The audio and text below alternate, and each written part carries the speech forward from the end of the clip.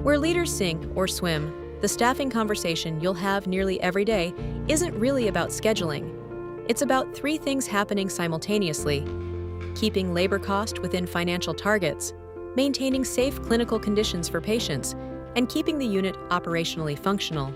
Those three pressures don't always point in the same direction, and learning to navigate that tension clearly and honestly is one of the most important skills you'll develop in this role. New nurse managers often discover quickly that being over budget on overtime and being short-staffed for safety can both be true at the same time. Managing that tension without collapsing into either excuse or blame and communicating clearly about both realities to the right people at the right time is the mark of an operationally mature leader. How staffing budgets are actually built. Your staffing budget isn't a number someone guessed. It's built from historical census patterns, outcomes data, baseline shift requirements, staff development, and orientation costs. If those reports don't make operational sense to you in plain terms, if you can't translate what the spreadsheet says into staffing decisions, ask for an explanation. That's not a weakness. It's how you become a credible operational manager. Non-productive hours, paid time that isn't patient-facing, orientation, PTO, training, meetings. These are real budget costs that affect your FTE budget. Knowing where they sit prevents surprises at the end of a pay period. The daily discipline, timesheets, and overtime management. Daily timesheet review is one of the highest return habits a new nurse manager can build, and one of the most commonly skipped. Not weekly, not when finance flags something. Daily, you're looking for early clock-ins, missed meal break punches, and overtime accumulating before the end of a pay period. Patterns caught in real time are a brief conversation. The same patterns caught at month's end become a budget problem, and a disciplined conversation you now have to manage backward.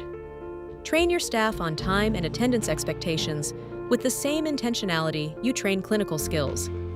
Incremental overtime, 10 extra minutes per shift, multiplied across a full team over a pay period, shows up on your variance report whether or not you addressed it with the individuals involved.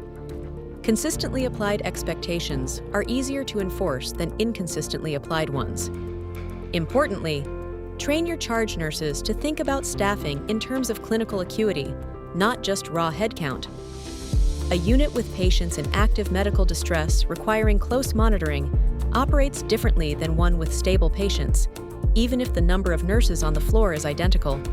Clinical judgment must drive staffing adjustments when the schedule can't account for what's actually happening in the rooms. Behind-the-scenes situation, you're told to reduce overtime immediately. What's really happening?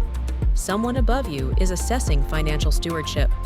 Overtime is one of the visible and controllable labor cost line, so it gets targeted. This isn't a clinical conversation, it's a financial one. You're being asked to demonstrate that you can manage within budget parameters. What you should do: pull your staffing data before you respond to anyone. Map the specific call-out patterns and acuity events that drove the overtime.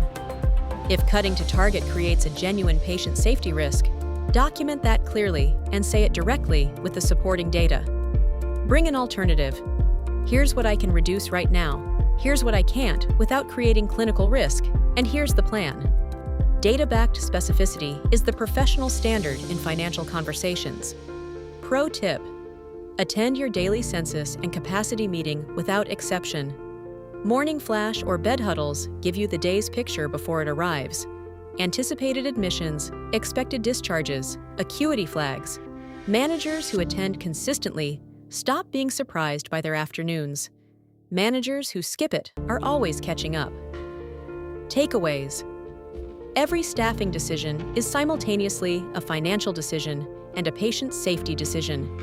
Treat it as both at the same time. Know your budget target and your budget variance position before anyone asks you about either. Review timesheets daily. Small patterns caught early stay small. Staff to clinical acuity, not just to the schedule. Train your charge nurses to know and apply the difference. Attend the daily census meeting. Anticipating volume is how you move from reactive management to proactive leadership. What is your current budget target, and are you consistently within range of it?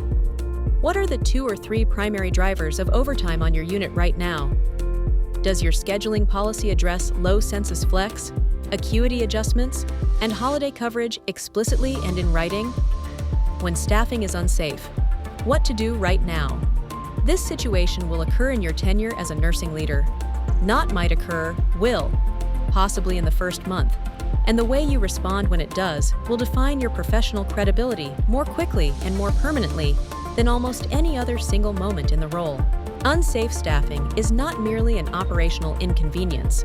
It's a patient safety exposure, a regulatory risk, and a professional liability issue for you personally if it goes undocumented and unescalated. When you recognize it, your job is to say so specifically, real time and up the chain every single time. The leaders who quietly absorb staffing crises without escalating aren't protecting the organization. They're carrying risk that belongs at an institutional level. Documentation and escalation aren't complaints. They're the professional standard. The response sequence: what to do in order. Step 1. Assess the actual gap with specific data. 2 nurses short on a 20-bed unit with 3 high-acuity patients is information leadership can act on. Short-staffed isn't. Always lead with specific clinical context. Step 2. Work every internal option available. Float pool, on-call list, PRN staff, charge nurse flexibility, incentive shifts. Document every contact attempt with the name, time, and response. This protects you and demonstrates that you exhausted the available options before escalating. Step 3. Notify the house supervisor immediately. Never manage a serious staffing crisis alone. Put the escalation in writing. An email to your supervisor that describes the specific situation, the patient safety risk, and what you've done to address it creates a documented record. It protects you, your staff, and your patients if anything adverse occurs. Document the outcome, whatever it is. Staff was found, crisis was managed, leadership accepted the risk. Whatever happened, record it. The pattern of these events, tracked over time, becomes the institutional case for sustainable solutions. Bring it to the daily census meeting if it's recurring. Staffing vulnerabilities that show up repeatedly need organizational visibility. The daily flash or bed huddle is how leadership learns about patterns, and patterns are what drive resource decisions.